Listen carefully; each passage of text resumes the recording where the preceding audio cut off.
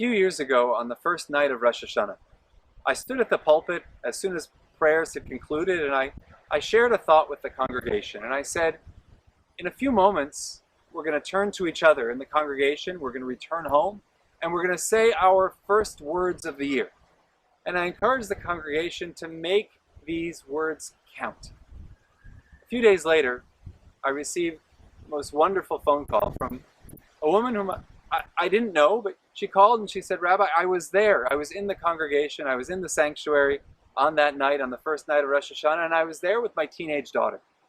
She said, my daughter and I have had a very difficult time over the past few years, but I was so relieved that she agreed to come with me. And when you said those words, when you told us to think about the first words we say of the year, my daughter turned to me and she said, Mom, I love you.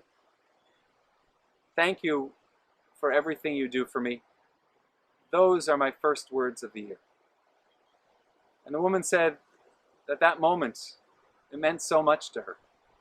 Not only because her daughter hadn't said those words, I love you, in so many years, because those were the first words of the year, and hopefully this feeling would carry on, she said, throughout the year. In a few days, we're going to celebrate Rosh Hashanah.